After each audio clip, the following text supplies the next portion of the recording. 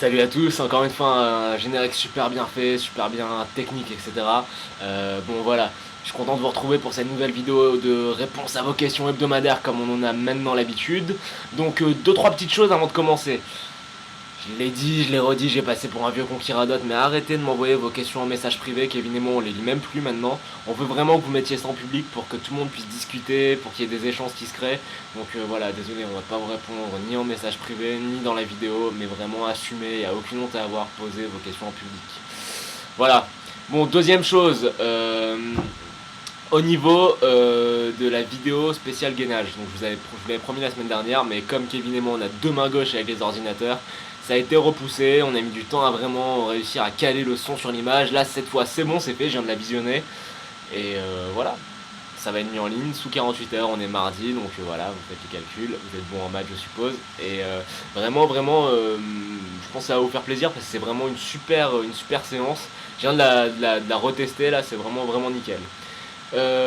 Dernière petite chose, ouais, pour tous ceux qui nous envoyaient des messages pour savoir comment s'inscrire à notre camp que Kevin et moi on organise là, avec les programmes qu'on peut faire sans matériel, loin quand on est en vacances, d'autres programmes qu'on peut faire de chez soi avec un minimum de matos, avec une formule pour prendre de la masse et une autre formule plus axée sur la perte de gras et la sèche.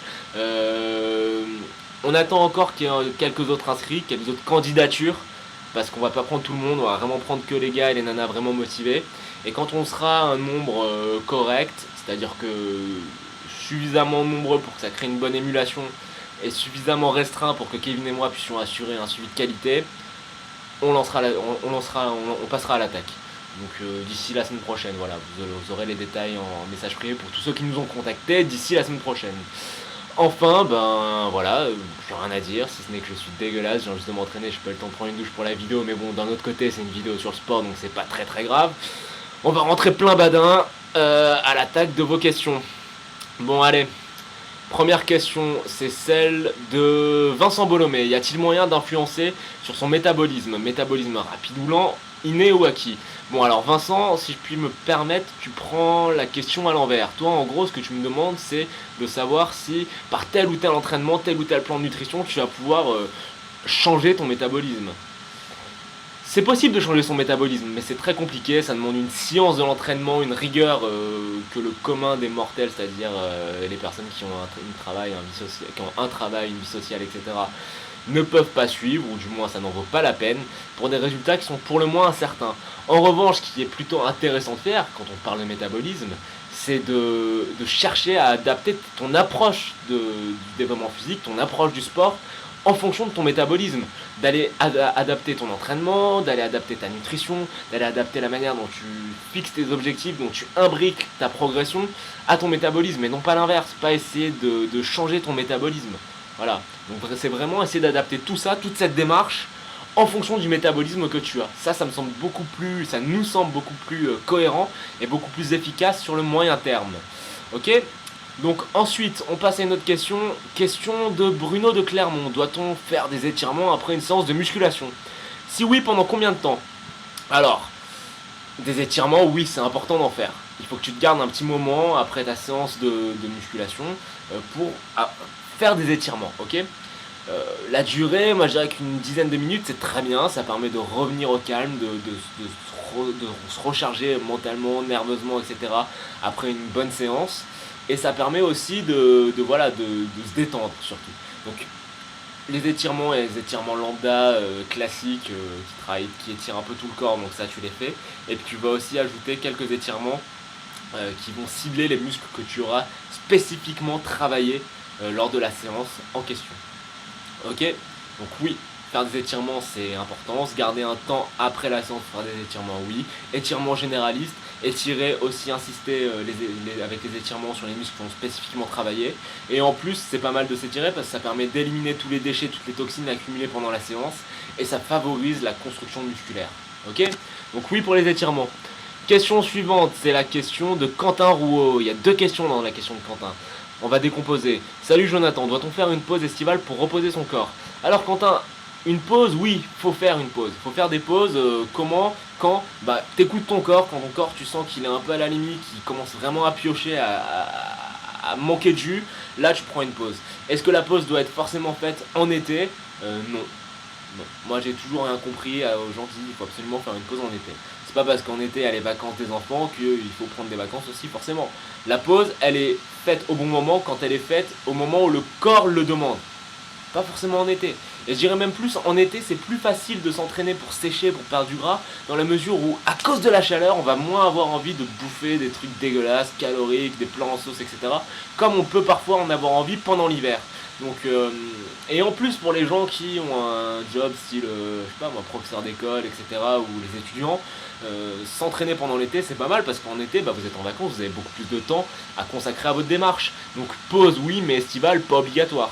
Ensuite, deuxième partie de la question de Quentin. Si oui, comment faire pour ne pas être trop à la ramasse lors de la reprise? Pour ne pas trop perdre tout en se reposant. Bon, bah alors la première partie de la réponse, ça va être très très simple. C'est Kevin qui fait une remarque pleine de bon sens. Déjà, quand tu prends ta pause, évite de t'empiffrer, d'aller au McDo à tous les repas, hein, de bouffer des glaces en regardant des films le soir.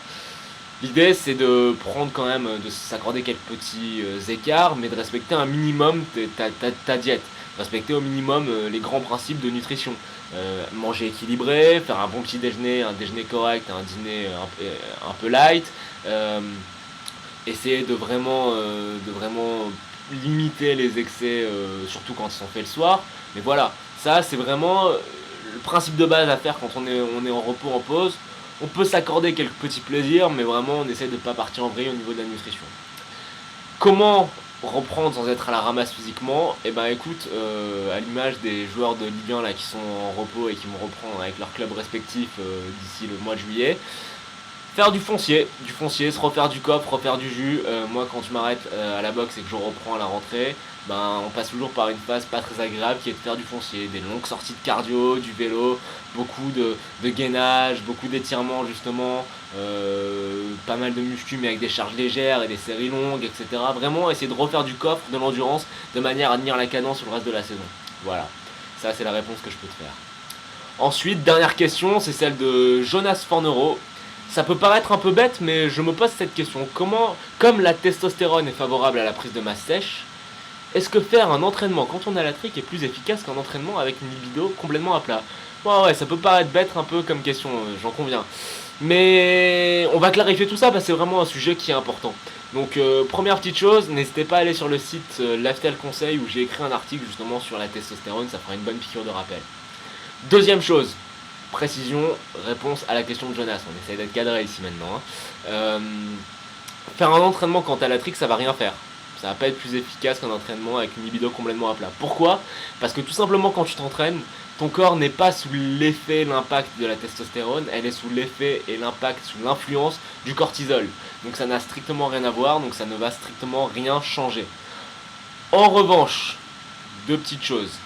La première, grâce à ta question, ça me permet de rebondir sur deux choses.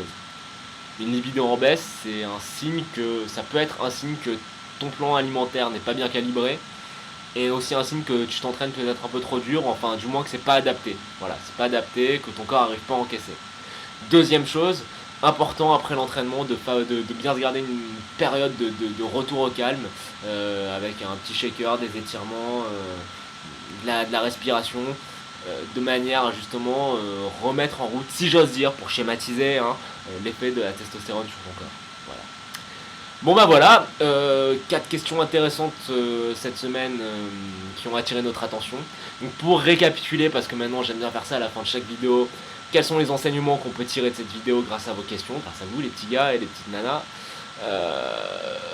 Ça ne sert à rien, premier enseignement, ça ne sert à rien de vouloir influencer son métabolisme. Quand on est monsieur, madame, tout le monde, ce qu'il faut, c'est plutôt adapter sa démarche de développement physique, qu'elle soit entraînement et nutrition et repos, au métabolisme qui nous est propre. Deuxièmement, oui, les étirements sont indispensables après une séance de musculation. On cible en priorité les muscles qui ont été le plus sollicités. Ensuite, on enchaîne avec des étirements pour tout le corps. Et enfin, les étirements, c'est bien parce que ça permet d'éliminer les toxines et les déchets, mais aussi de favoriser la construction musculaire. Troisième enseignement, faire une pause, c'est important quand ton corps le demande. Le bon moment, c'est quand vous sentez que votre corps n'en peut plus et vous réclame du repos. Faire une pause estivale, pas obligatoire. Vraiment, c'est quand votre corps vous le demande et pas juste parce que c'est l'été. Quatrièmement, pour ne pas être à la ramasse quand on prend une pause et quand on veut reprendre un sport ou la musculation, etc., on fait du foncier, un travail foncier. Cinquièmement, la testostérone a un impact en ce qu'elle est favorable à la construction de masse sèche et au fait de brûler des graisses, mais elle n'entre pas en action pendant les entraînements. C'est le cortisol qui entre en action pendant l'entraînement. Voilà. C'est les 5 choses qu'on pouvait dire cette semaine, qu'on peut retirer de cette vidéo cette semaine. Donc je vous dis à la semaine prochaine. Envoyez dès à présent vos questions pour la vidéo de la semaine prochaine.